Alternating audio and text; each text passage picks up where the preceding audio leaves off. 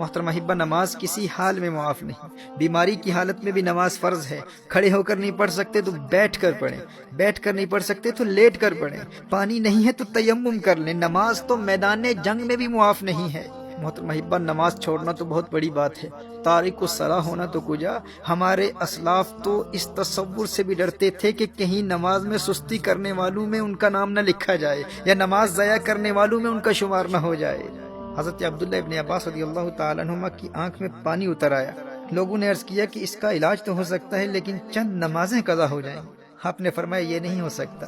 میں نے نبی کریم صلی اللہ علیہ وآلہ وسلم سے سنا ہے کہ جو شخص نماز نہ پڑھے وہ اللہ جل وعلا کے یہاں ایسی حالت میں حاضر ہوگا کہ اللہ جل وعلا اس سے ناراض ہوگا۔ اللہ اکبر! کہا کہیں میرا اللہ ناراض نہ ہو جائے۔ حدیث شریف میں آتا ہے نا کہ من لقی اللہ وہو مودع للصلاۃ، جو اللہ جل وعلا سے یوں ملاقات کرے کہ وہ نماز کو ضائع کرنے والا ہو تو اللہ جل وعلا اس کی کسی نیکی کی پرواہ نہیں کرتا۔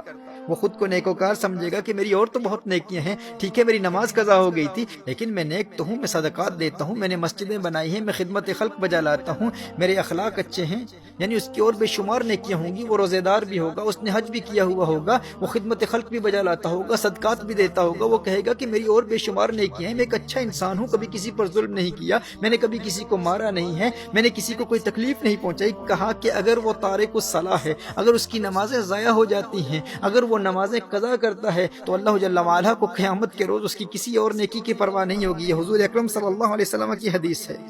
اور ایک حدیث شریف میں آتا ہے من ترک الصلاۃ لقی اللہ وہو علیہ غضبان۔ اللہ اکبر!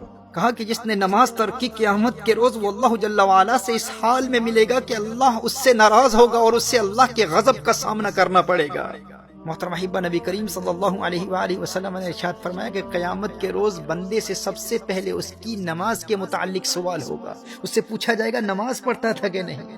اور ایک روایت میں ہے کہ وہ قیامت کے دن اس طرح آئے گا کہ اس کے چہرے پر 3 سطروں میں لکھا ہوگا۔ پہلی سطر میں لکھا ہوگا اے اللہ کے حق کو ضائع کرنے والے، اور دوسری سطر میں لکھا ہوگا اے اللہ کے غضب کے ساتھ مخصوص، اور تیسری سطر میں لکھا ہوگا کہ جس طرح تو نے دنیا میں اللہ کے حق کو ضائع کیا، اسی طرح آج تو اللہ کی رحمت سے مایوس ہوگا، آج تو اللہ کی رحمت سے مایوس ہوگا۔ میں حضرت ابن عباس رضی اللہ تعالیٰ عنہما کے حوالے سے عرض کر رہا تھا کہ آنکھ میں پانی اتر آیا، اور لوگوں نے عرض کیا کہ اس کا علاج یہ ہے کہ چند دنوں کی نمازیں قضا ہو جائیں گی۔ فرمایا یہ نہیں ہو سکتا، کیونکہ میں نے نبی کریم صلی اللہ علیہ وسلم سے سنا ہے کہ جو شخص نماز نہ پڑھے وہ اللہ جل وعلا کے یہاں ایسی حالت میں حاضر ہوگا کہ اللہ اس سے ناراض ہوگا۔ محترم احبہ، اگرچہ ان کے اس عذر کی وجہ سے نماز چھوڑنا ان کے لیے جائز تھا، وہ اس عذر کی وجہ سے ہرگز تارک الصلاۃ نہ ہوتے، لیکن انہیں اس بات کا خوف تھا کہ کہیں نماز ضائع کرنے والوں میں میرا شمار نہ ہو جائے۔ اور ایک روایت میں تو آیا ہے کہ انہیں کہا گیا کہ آپ کی نمازیں قضا نہیں ہوں گی، بس 5 دن زمین کے بجائے بلند لکڑی پر سجدہ کرنا ہوگا، یعنی زمین پر سجدہ نہیں کر پائیں گے، سجدہ کریں گے لیکن بلند لکڑی پر سجدہ کرنا ہوگا۔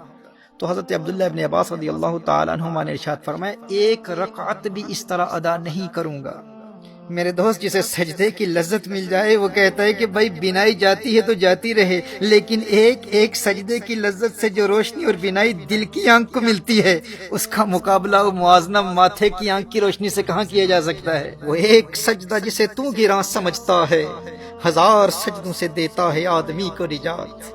وہ سجدہ روح زمیں جس سے کانپ جاتی تھی، اسی کو آج ترستے ہیں ممبر و محراب۔ ویسے تو مسجدوں میں ہزاروں سجدے کرنے والے ہوتے ہیں، لیکن جس سجدے کو آج ممبر و محراب ترستے ہیں وہ سجدہ کون سا ہے؟ یہ وہ سجدہ ہے جو اس قدر انہماک قلب اور حضوری قلب سے ادا کیا جاتا ہے کہ بندے میں ایسی انقلابی روح پیدا کر دیتا ہے کہ بندہ در در کی ٹھوکریں کھانے سے ہمیشہ ہمیشہ کے لیے آزاد ہو جاتا ہے۔ در در دیے در در نالوں، در بن جا ایک دردا، چول کتا کیوں اخویندائیں، در بن وقتاں وردہ۔ جب وہ ایک در کا در بن جاتا ہے پھر اللہ جل وعلا اسے در در کی در در سے ہمیشہ ہمیشہ کے لیے آزاد کر دیتا ہے۔ جب وہ اللہ کی بارگاہ کا منگتا بن جاتا ہے پھر کسی اور کی بارگاہ میں جولی پھیلانے کی حاجت کبھی پیش نہیں آتی۔ در در دیے در در نالوں، در بن جا ایک دردا، چول کتا کیوں اخویندائیں، در بن وقتاں وردہ۔ وہی سجدہ ہے لائق اہتمام کہ ہو جس سے ہر سجدہ تجھ پہ حرام۔ وہی سجدہ ہے لائق اہتمام کہ ہو جس سے ہر سجدہ تجھ پہ حرام۔